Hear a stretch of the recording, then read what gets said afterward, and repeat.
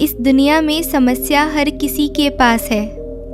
हर व्यक्ति अपने जीवन में किसी न किसी समस्या से जूझ रहा है, जिसके कारण हमें यह जीवन बहुत गंभीर लगने लगा।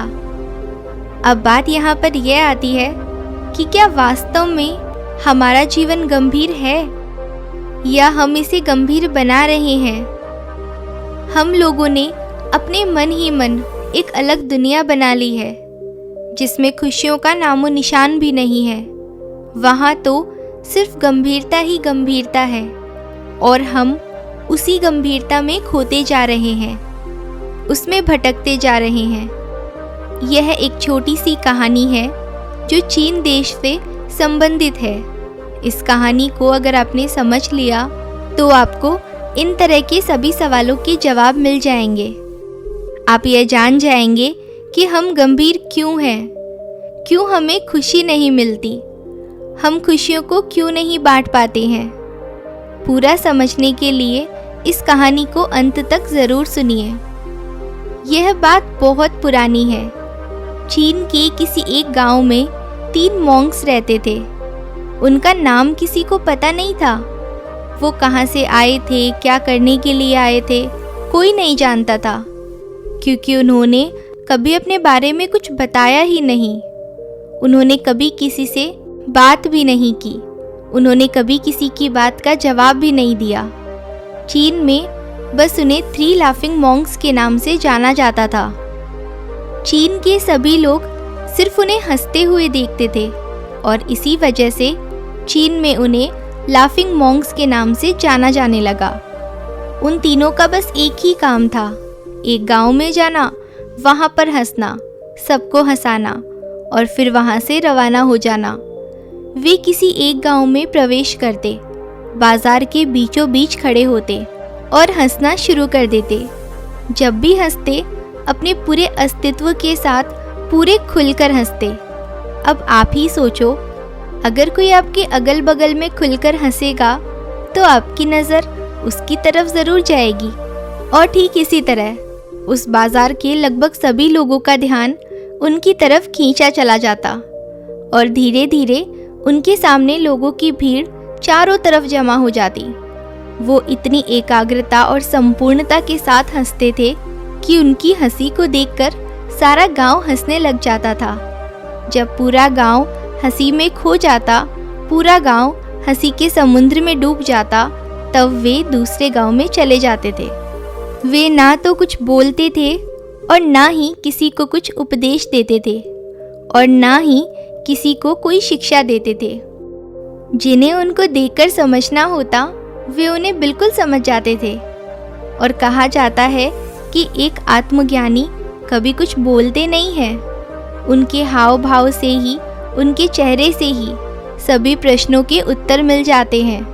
उनके चेहरे की चमक ऐसी होती है, उनके चेहरे में तीव्रता ऐसी होती है कि देखते ही सारी समस्याएं खत्म हो जाती है। और ठीक इसी तरह से वो तीनों मॉन्क्स जिस भी गांव में जाते थे, जितने दिन भी वहां रहते थे, लोगों के जीवन में खुशियां ही खुशियां भर देते थे, सभी परेशानियों को खत्म कर देते थे। वे ना किसी को कुछ बोलते, ना किसी को कुछ करते थे। वो सिर्फ हंसते थे और हंसाते थे। वो जहाँ भी जाते अपनी हंसी से ऐसा माहौल बना देते थे कि लोग अपने सारे दुख दर्द भूलकर बस हंसने लग जाते थे। धीरे धीरे चीन के लोग उन्हें बहुत प्यार करने लगे और वो पूरे चीन में प्रसिद्ध हो गए। पूरा चीन भी उन्हें 3 लाफिंग मॉन्क्स के नाम से संबोधित करने लगा। चीन के लोग उनको बहुत प्यार करते थे और उनका बहुत सम्मान करते थे। इससे पहले और उसके बाद भी कभी किसी ने इस तरीके से प्रचार नहीं किया था कि जीवन में केवल एक हंसी होनी चाहिए और कुछ नहीं। वे विशेष रूप से किसी पर नहीं हंसते थे, वो बस हंसते थे, जैसे कि उन्होंने यूनिवर्स के मजाक को समझ लिया हो, जैसे कि उन्होंने इस दुनिया को मजाक समझ लिया हो। उन्होंने एक भी शब्दों का प्रयोग नहीं किया और पूरे चीन में इतना आनंद फैलाया जितना आज से पहले किसी ने न फैलाया हो। जब भी लोग उनका नाम पूछने की कोशिश करते, वे कुछ भी नहीं बोलते, बस हंसते रहते थे। इसीलिए उनका नाम 3 लाफिंग मॉन्क्स यानी कि 3 हंसते हुए भिक्षु हो गया। पूरे चीन में घूम घूम कर लोगों को हंसाते हुए एक समय के बाद वे तीनों बूढ़े हो गए। जब एक रात को वो एक गांव में ठहरे हुए थे तो उन तीनों में से एक मॉन्क की मौत हो गई। यह सुनकर पूरा गांव दंग रह गया।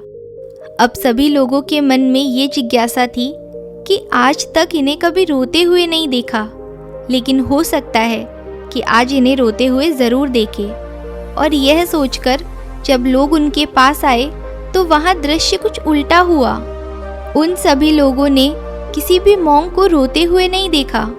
उन्होंने देखा कि दोनों मॉन्क तीसरे की मृत शरीर के पास खड़े होकर जोर जोर से हंस रहे थे। ऐसी हंसी जैसे उन्होंने आज से पहले कभी ना हंसी हो। गांव के कुछ बड़े बुजुर्ग उन्हें समझाने की कोशिश करने लगे कि यह आपका साथी था, ये बेचारा मर गया, आप लोगों को इसकी मृत्यु पर हंसना नहीं चाहिए। बड़े बुजुर्गों की बातें सुनकर उस दिन पहली बार उन भिक्षु ने लोगों से बात की और कहा कि हम हंस रहे हैं क्योंकि आदमी जीत गया है।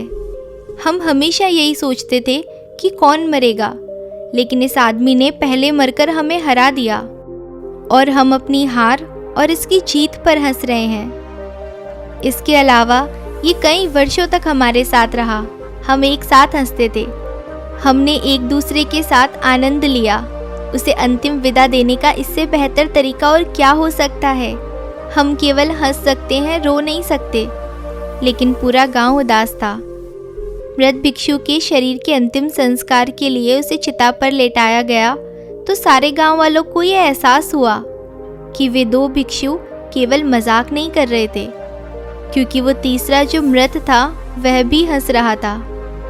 चीन में यह भी एक प्रथा थी कि जब एक इंसान की मृत्यु हो जाती है तो उसके पुराने कपड़ों को उतारकर उसे नहलाकर नए कपड़े पहना दिए जाते थे। लेकिन मरने से पहले उस भिक्षु ने अपने साथियों से अपने कपड़े ना बदलने के लिए कहा था। तीसरे भिक्षु ने यह कहा था कि मुझे स्नान मत करवाना, क्योंकि मैं कभी अशुद्ध हुआ ही नहीं। मेरे जीवन में इतनी हंसी आई थी कि कोई भी अशुद्धता जमा हो ही नहीं सकती थी। मैंने अपने भीतर कोई धूल जमा ही नहीं की, क्योंकि हंसी हमेशा युवा और ताज़ा होती है। इसीलिए मुझे नहलाकर मेरे कपड़े मत बदलना। और जब उस तीसरे भिक्षु के शरीर पर आग लगाई गई तो गांव वालों को ये पता चला कि उस भिक्षु ने अपने कपड़ों में कुछ पुराने चीनी पटाखे को छुपा रखा था, जिनमें आग लगने के बाद वह फटकर पूरे आसमान में रंग बिरंगे कलर बिखेर रहा था। और ये रंग बिरंगे कलर को देखकर एक बार पूरा गांव जोर जोर से हंसने लगा। और यह देखकर दोनों भिक्षु ने कहा कि चालाक आदमी, तुम मर चुके हो, लेकिन तुमने हमें फिर से एक बार हरा दिया, क्योंकि तुम्हारी वजह से गांव वालों में पैदा हुई ये हंसी आखिरी हंसी थी। दोस्तों, यह 3 भिक्षु की कहानी अपने बारे में सब कुछ कहती है और यहाँ पर यह भी सीख दिलाती है कि जो दूसरों पर हंसता है वो मूर्ख है और जो खुद पर हंसता है वो समझदार है, और जो जीवन पर हंसता है वो आत्मज्ञानी है, वो बुद्ध है। हमारी ये ज़िंदगी बहुत ही छोटी है कि आप इसे गंभीरता से जीते हैं या आनंदपूर्वक, क्योंकि हमारा जीवन एक दिन खत्म हो जाएगा। यही शाश्वत सत्य है। दोस्तों, इस बारे में आप क्या सोचते हो? एक कमेंट ज़रूर कीजिएगा। क्या पता आपके एक कमेंट से किसी का जीवन बदल जाए। तो मिलते हैं अगली कहानी में। तब तक के लिए अपना ख्याल रखें। Thank you.